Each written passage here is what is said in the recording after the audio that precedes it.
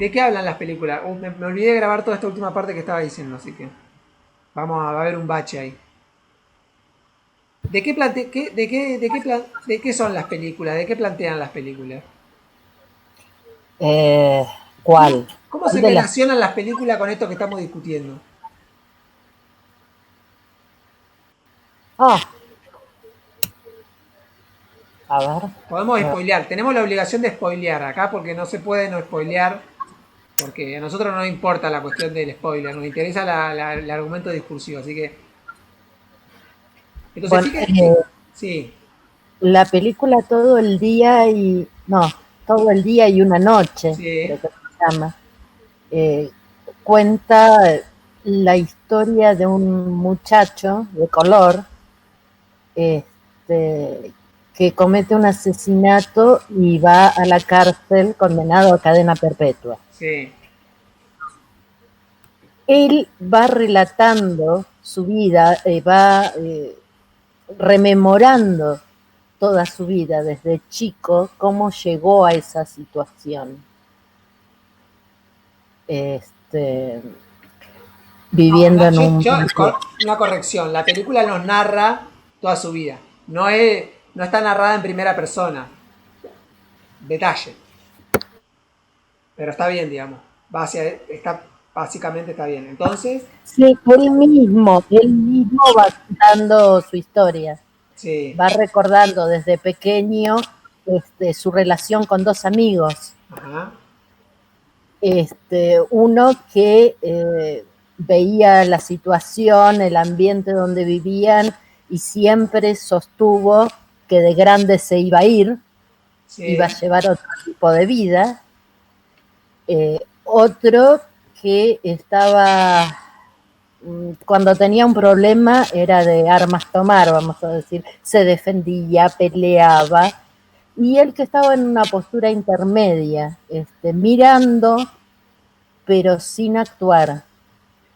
Y bueno, se ve en la película cómo después en la adolescencia, este, el chico que se quería ir logra irse, hace todo bien a pesar del ambiente en el que viven, se enlista en el servicio militar, se va a la guerra, vuelve herido, incluso queda inválido, y el amigo que narra su propia historia dice cómo él, que hizo todo bien, terminó de la peor manera.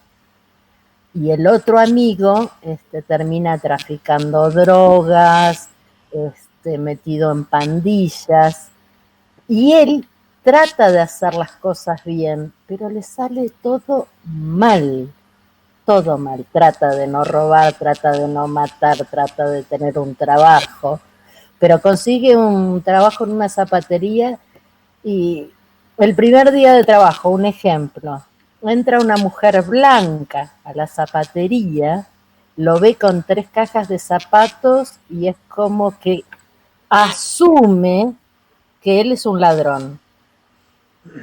¿Dónde está el vendedor? Dice, ¿qué haces acá? ¿Dónde están los dueños? No, yo trabajo acá. Y la mujer se va. Y él dice, así no se puede vivir. Y bueno, así van narrando toda la historia, toda su historia, cómo la vive él, cómo eh, la sufre él. Y él dice que la única diferencia que hay entre estar en la cárcel y la vida fuera de la cárcel son las paredes, porque después es exactamente igual. Algo así, si no sí, me... está bien igual la película. Bueno, obviamente siempre las lecturas son como muy personales y tienen el sesgo de cada uno que las lee, pero en todo caso lo que yo les sugiero a todos, los que la hayan visto y a los que no, se pueden tomar hoy a la noche si quieren para verla, como para cortar un poco el tema, en la estructura narrativa de la película. ¿Cómo es la estructura de la relación entre los acontecimientos? ¿Cómo hay una cierta, digamos, eh, o sea, hay un hecho fundante, podríamos decir, el hecho de explicar, podría ser si usáramos el vocabulario de ejemplo, que es el asesinato con el que se abre la película. La película inicia en los primeros 30, o sea, los primeros 2 minutos, está el hecho central de la película, que es el asesinato del cual él es el perpetrador. Ahora, la película, en todo caso, va desentrañando eh, una narración en la cual ese asesinato quedaría comprendida o explicada, barra explicada. Entonces la pregunta es, bueno, ¿cuál es, digamos, la pregunta que yo me haría, o que me parece que la película nos formula, es cuáles son las formas de narrar un acontecimiento? ¿Cuántas posibilidades, inclusive hacia la última parte de la película, ya en la final de la película, la misma escena del asesinato es repuesta de otra manera? No voy a decir mucho para no spoileárselas. Pero al final o sea, inclusive la tendría que haber de vuelta yo, inclusive no sé si no es con otra cámara, que está filmada la misma escena, pero con otra cámara. O aparecen dentro de la, no sé si con otra cámara, pero aparece en la misma secuencia de la escena, aparece en otro conjunto de acciones y acontecimientos que habían sido omitidos en la primera secuencia. Cuando él irrumpe la casa, etcétera. Es decir, todo, o sea, antes de que sale del auto, de que da la vuelta en el auto, hasta que llega y produce el asesinato y mata, hay toda una secuencia. Entonces, hay una pregunta ahí sobre si cuáles son las posibilidades narrativas que nos ofrece un acontecimiento. Y esa pregunta acerca de cuáles son las posibilidades narrativas que nos ofrece un acontecimiento no es una pregunta que ¿por qué es interesante mirarla desde el cine? Que en última instancia podemos pensarlo que el cine es una representación, digamos, de artística, como también la literatura. Entonces la pregunta que subyace es esa, es cómo, y que también nos emparenta al cine y a la literatura, porque nosotros también partimos de la narración de acontecimientos. No toda la historia, no todas las formas historiográficas se dedican al análisis de la narración de acontecimientos, pero muchas formas historiográficas o bien son sobre la narración de acontecimientos todavía, aún hoy, o bien parten de la suposición de la existencia y la narración de determinados acontecimientos y discuten el carácter de los mismos.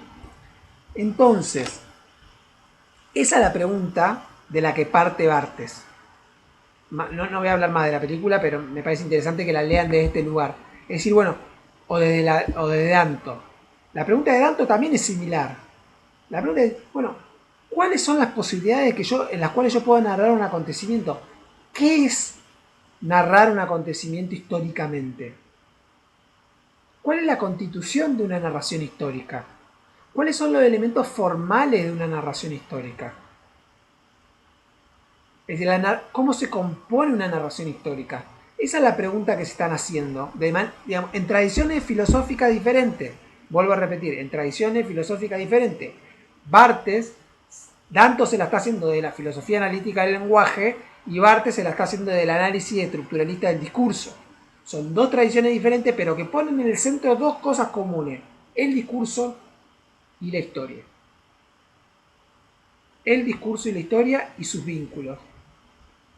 Entonces, se están haciendo. Mañana vamos a repasar más en detalle cada uno de los autores para que se lleven un panorama y que yo no lo, digamos, no me vaya tanto en las cuestiones generales, sino particularicemos más en los textos.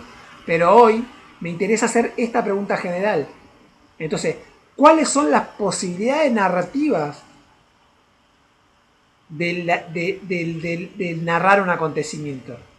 ¿Cuáles son las posibilidades discursivas o cuáles son las implicancias epistemológicas en el sentido amplio, cognitivas, es decir, de construcción de conocimiento, del hecho de narrar un suceso? Y el hecho de que tanto la historia como la literatura juegan un papel relevante en la narración de sucesos, la narración de hechos. Entonces, parte de esa pregunta. Danto parte de una pregunta similar, que dice, si yo tengo un hecho y yo quiero ofrecer una narración del mismo, ¿cómo construyo? ¿Cuáles son los atributos de esa narración? Y además un hecho pasado. ¿Cómo construyo yo sentido a partir de la narración? En parte se hace la misma pregunta por el sentido y la responde con otras herramientas conceptuales. Pero también está diciendo, me pregunto por el sentido. Me pregunto por el sentido no en el marco de una frase, como lo va a hacer Danto, o de una estructura narrativa que utilice ese concepto Danto, sino me pregunto en el sentido, me pregunto por el sentido en el contexto de un discurso. ¿Se acuerdan que Danto va a decir esa frase que yo les marqué la otra vez? El que él dice solamente, en la primera unidad dice, solamente tiene sentido preguntarse por el sentido en el marco de un discurso. Bueno, ahora va a desarrollar por qué. Es decir, ¿por qué? Por ejemplo, ¿todo lo que yo puedo narrar del pasado es relevante historiográficamente? No. El pasado, el historiador produce una selección. Bueno, ¿cómo se produce esa selección? No bajo qué criterio se produce la selección. Porque la pregunta sobre bajo qué criterio, Hempel la respondió. O los marxistas también la responden. Porque ¿qué va a decir Hempel? El criterio sobre el cual yo selecciono los acontecimientos es el de la ley. Dejemos, ya abrimos ese problema, lo dejamos ahí abierto y ustedes pueden seguir estudiándolo. Ahora la pregunta es cómo yo construyo ese sentido sobre ese acontecimiento. Y en todo caso, si la explicación que yo ofrezco del mundo, perdón, la explicación que ofrezco del mismo, al tener una estructura narrativa, tiene alguna implicancia.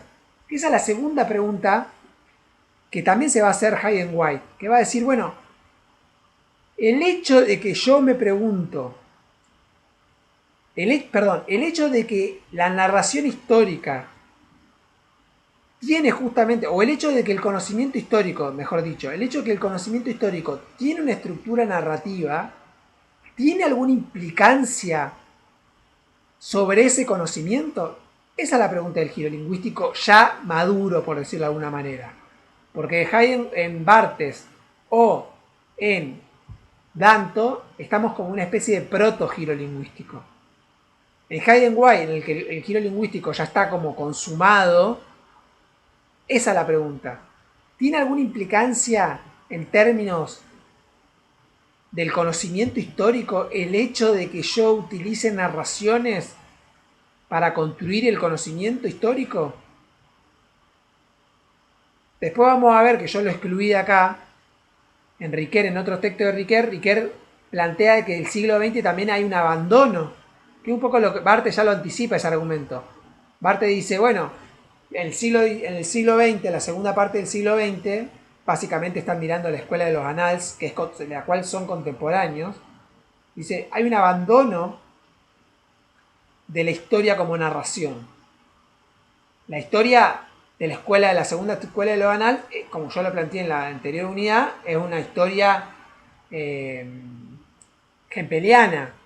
O sea, es una historia que busca explicaciones causales, explica causas estructurales, busca causas estructurales, etc. Esperen que voy a hacer un corte.